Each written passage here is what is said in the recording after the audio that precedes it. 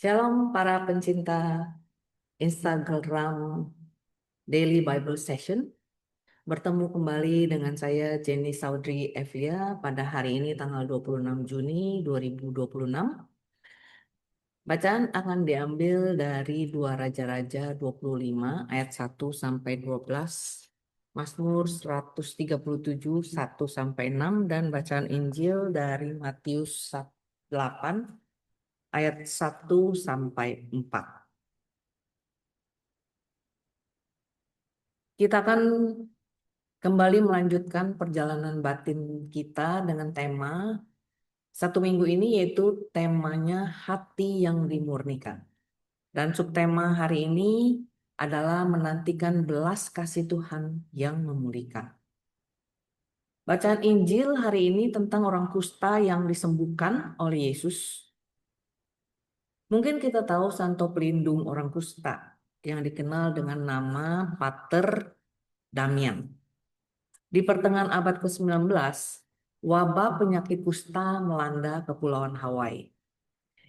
Karena belum ada obatnya waktu itu, maka pemerintah menangkap semua penderita kusta dengan paksa, baik itu tua, muda, bahkan anak-anak, untuk dibuang ke sebuah semenanjung yang terisolasi, yang dikelilingi oleh tebing yang tinggi dan ombak yang ganas.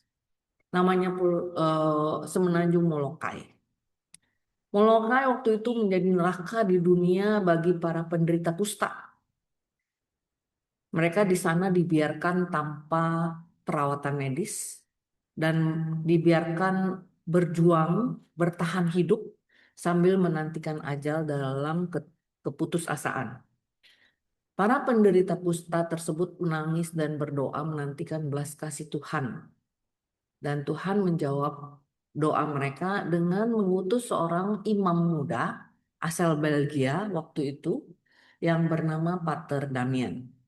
Ia melakukan persis yang dilakukan Yesus, datang menjadi sahabat, merawat, menyentuh, dan hidup bersama dengan mereka tanpa rasa jijik dan takut. Bahkan memakamkan jenazah para penderita kusta yang meninggal dengan hormat. Dalam bacaan pertama, tercatat bahwa Yerusalem runtuh, tembok kota suci diruntuhkan, bait Allah dihancurkan, dibakar, seluruh anak Raja Zedekia waktu itu dibunuh, rajanya ditangkap, dibutahkan, dan akhirnya bersama dengan bangsa Israel dibuang ke Babel.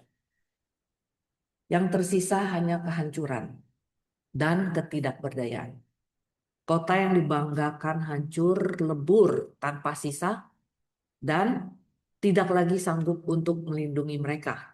Semua yang selama ini menjadi sumber rasa aman mereka hilang dalam sekejap tanpa bekas. Lalu dalam Mazmur, kita melihat pemazmur tidak lagi mampu bernyanyi. Mereka kehilangan tanah air, bait Allah, bahkan martabat mereka sebagai orang yang merdeka. Dan mereka berseru di tepi sungai-sungai Babel. Di sanalah kita menangis apabila kita mengingat Sion. Itulah tangisan para orang Israel di pembuangan.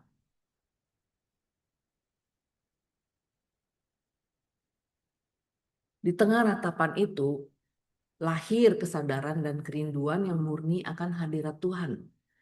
Bukan hanya kota Yerusalem, kota kebanggaan mereka, dan umat dan mereka sebagai umat pilihan Allah yang menjadi dambaan mereka, tapi hadirat Tuhan menjadi harapan mereka. Hati yang dimurnikan mulai menyadari bahwa hanya Tuhanlah yang berdaulat dan yang terpenting dalam hidup. Tidak lagi dilahirkan dengan hati yang dimurnikan, maka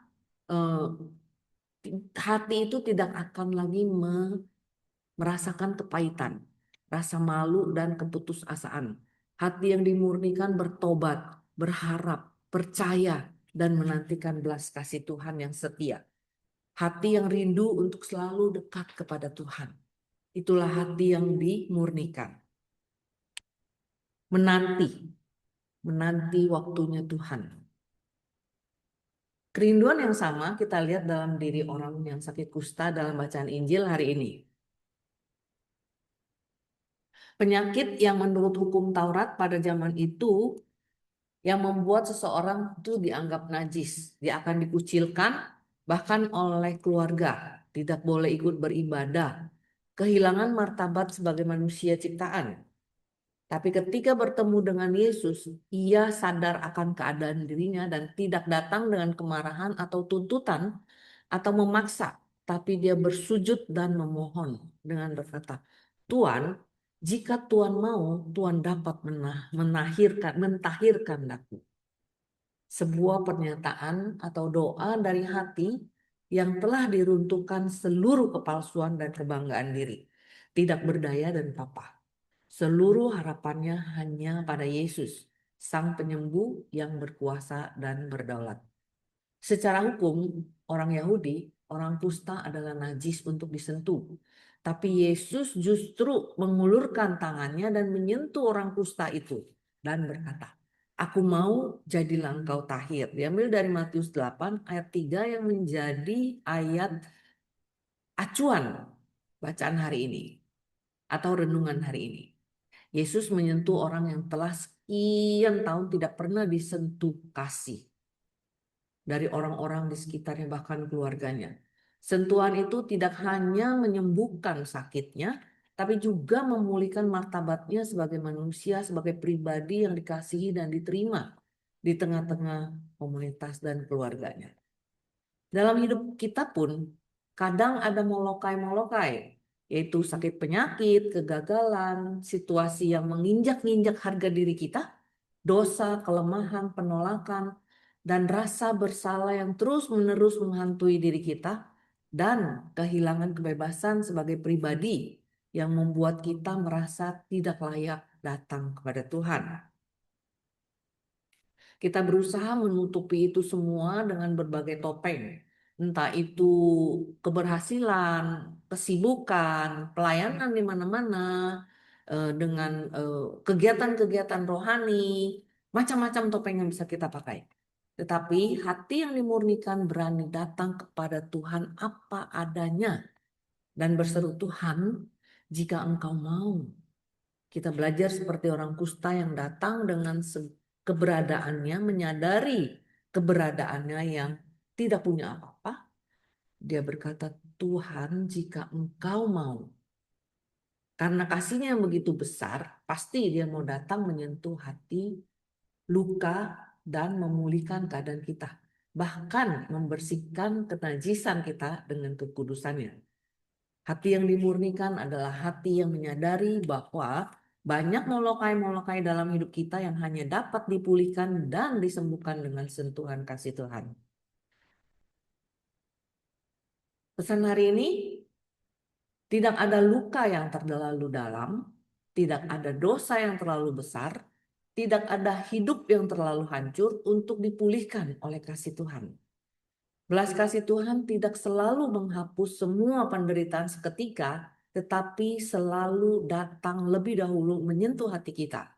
Ia memulihkan bahkan martabat kita sebagai anak-anak Allah. Bukan hanya keadaan kita, bukan hanya sakit penyakit fisik kita, tetapi martabat kita sebagai anak Allah dipulihkan oleh Tuhan. Mari kita masuk ke dalam refleksi sejenak.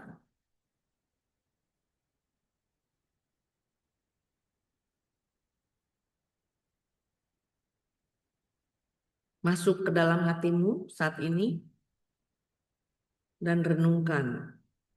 Apakah masih ada molokai-molokai yang kita sembunyikan karena malu kepada Tuhan? Kita malu untuk mengakuinya.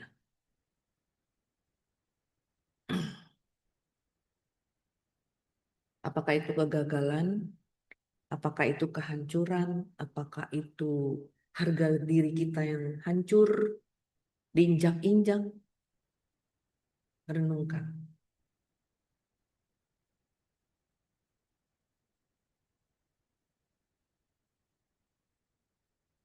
Dan dengarkan, Yesus berkata, aku mau, jadilah engkau tahir.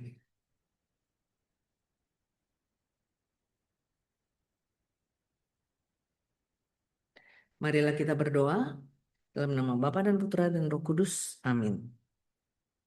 Tuhan, sering aku ingin mempersembahkan diriku yang sempurna bagimu, yang terbaik dengan usahaku sendiri, dengan kemampuanku, kepintaranku, dan sebagainya dari diriku sendiri. Tetapi hari ini aku mau datang kepadamu dengan menyadari siapakah diriku yang sebenarnya di hadapanmu. Engkau datang bukan untuk mencari aku yang sempurna atau aku yang terbaik, tapi engkau datang kepadaku dan menjumpaiku dengan keadaan diriku apa adanya.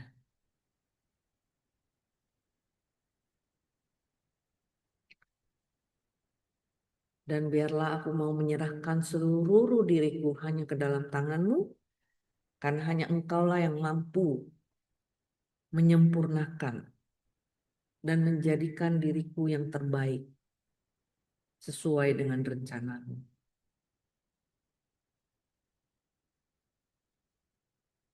Terpujilah Engkau Tuhan Allah kami yang hidup, kini dan sepanjang segala masa. Amin. Dalam nama Bapa dan Putra dan Roh Kudus. Amin. Shalom. Tuhan berkati.